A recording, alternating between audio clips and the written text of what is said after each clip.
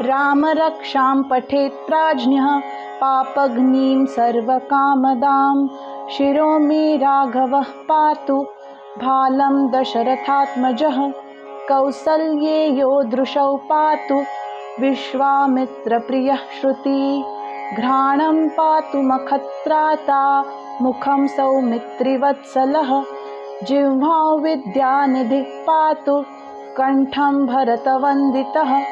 स्कन्धौ दिव्यायुधः पातु भुजौ भग्नेशकार्मुकः।